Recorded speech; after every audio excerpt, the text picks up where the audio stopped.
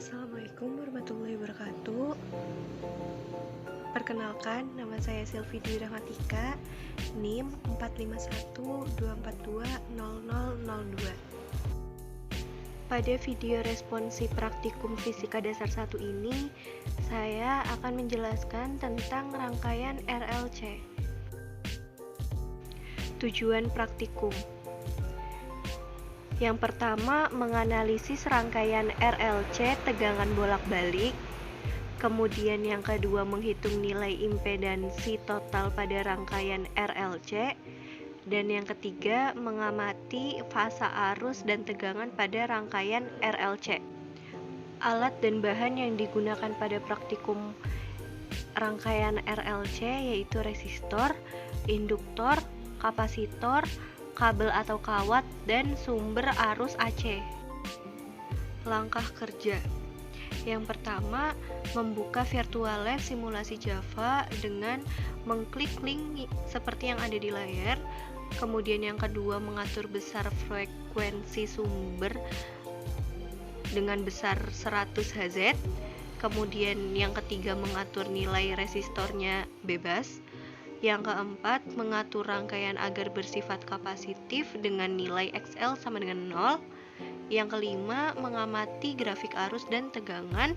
Dan yang keenam, mengulangi percobaan untuk rangkaian bersifat induktif dengan XC sama dengan 0 dan bersifat resonansi dengan nilai XL sama dengan XC. Setelah membuka link virtual lab, akan muncul tampilan seperti yang ada di layar. Kemudian langkah kedua, kita mengubah besar frekuensinya itu menjadi 100 Hz. Lalu yang ketiga yaitu mengubah resistornya bebas. Kali ini saya menggunakan 10 ohm. Kemudian percobaan pertama itu karena bersifat kapasitif, maka XL sama dengan 0.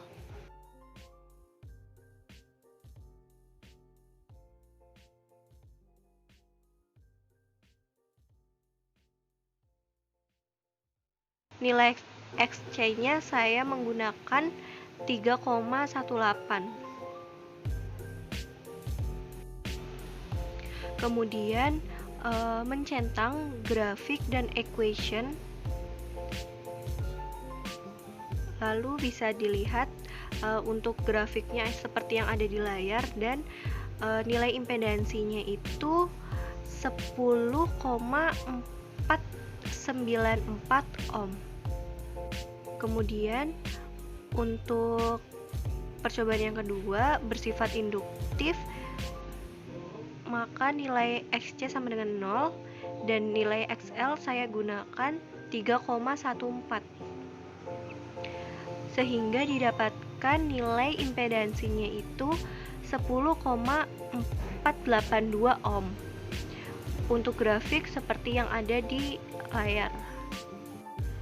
Karena percobaan ketiga bersifat resonansi, maka nilai XL sama dengan XC. Saya menggunakan nilai XL-nya itu 3,14 dan XC-nya 3,18, sehingga diketahui impedansinya itu 10 ohm dan grafiknya seperti yang ada di layar. Tabel pengamatan pada percobaan pertama bersifat kapasitif, R 10 ohm, L-nya 0, C-nya 500 mikrofarad, XL-nya 0, XC-nya 3,18 ohm. Percobaan yang kedua bersifat induktif, R-nya 10 ohm, L-nya 5 mH, C-nya 0, XL-nya 3,14 ohm, dan XC-nya 0. Kemudian yang percobaan ketiga bersifat resonansi dengan R 10 ohm, L 5 mH, C 500 mikrofarad, XL 3,14 ohm, dan XC 3,18 ohm. Analisis data. Yang pertama yaitu membandingkan nilai impedansi yang didapat pada praktikum dengan perhitungan teori. Pada percobaan pertama ini, perhitungan teori dengan nilai XL sama dengan 0, lalu kita mencari nilai XC dengan memasukkan rumus 1 per omega dikali C sama dengan 1 per 2 dikali Pi dikali F dikali C sama dengan 1 per 2 dikali 3,14 dikali 100 dikali 500 kali 10 pangkat min 6 sama dengan 1 per 314.000 dikali 10 pangkat min 6 sama dengan 1 per 0,314 sehingga didapatkan hasil XC sebesar 3,18 ohm. Kemudian nilai impedansinya didapatkan melalui rumus akar R kuadrat plus XL min XC kuadrat sama dengan akar 10 kuadrat plus 0 min 3,18 dikuadratkan sama dengan akar 110,11 sehingga didapatkan hasil impedansinya itu 10,49 ohm.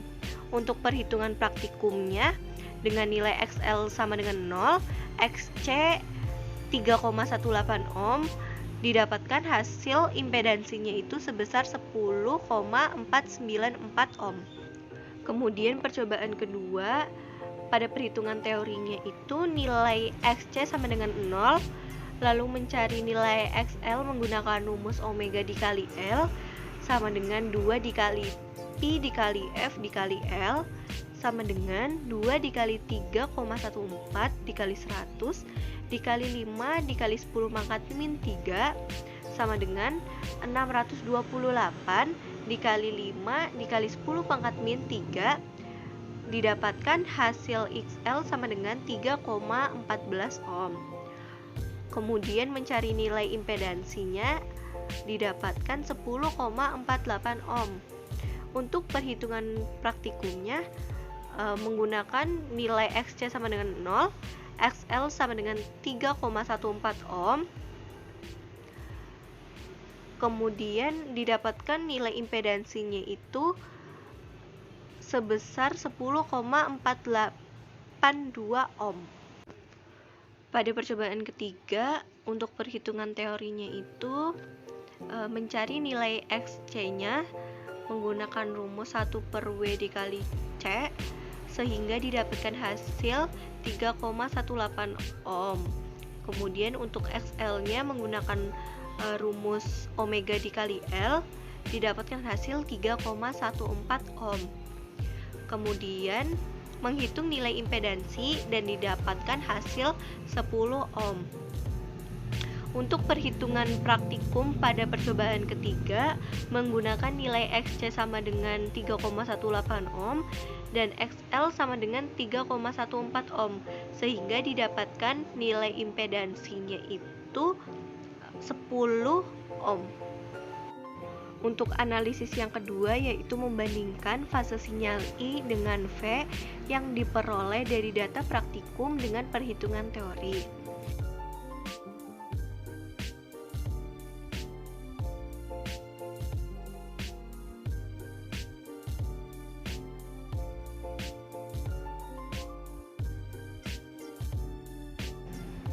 Pembahasan pada praktikum kali ini tentang rangkaian RLC yang bertujuan untuk menganalisis rangkaian RLC tegangan bolak-balik, menghitung nilai impedansi, dan mengamati fase arus dan tegangan pada rangkaian RLC. Pada praktikum ini menggunakan besar frekuensi sebesar 100 Hz dan resistor 10 ohm dengan 3 kali percobaan.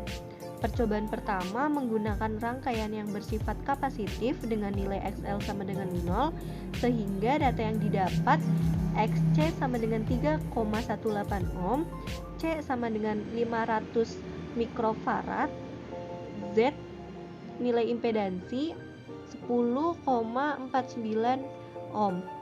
Percobaan kedua menggunakan rangkaian yang bersifat induktif dengan nilai XC sama dengan 0 sehingga data yang didapatkan XL sama dengan 3,14 ohm, L sama dengan 5 mH, dan nilai impedansinya sama dengan 10,48 ohm.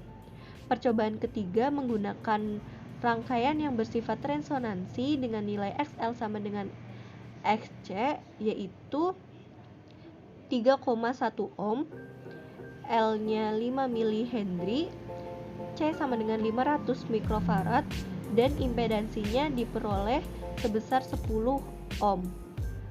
Perbandingan pada grafik sangat terlihat jika rangkaian bersifat kapasitif dengan XL kurang dari XC, garis yang di tengah yaitu VL. Sedangkan jika rangkaian bersifat induktif, XL lebih besar daripada XC, garis yang di tengah yaitu VC. Grafik antara teori dengan praktik mirip atau bisa dikatakan sama. Kesimpulan dan saran. Kesimpulan pada rangkaian RLC ini, yang pertama, rangkaian RLC yaitu apabila terdapat resistor yang lambangnya R, induktor yang lambangnya L, dan kapasitor yang berlambang C yang dirangkai seri dengan sumber tegangan bolak-balik.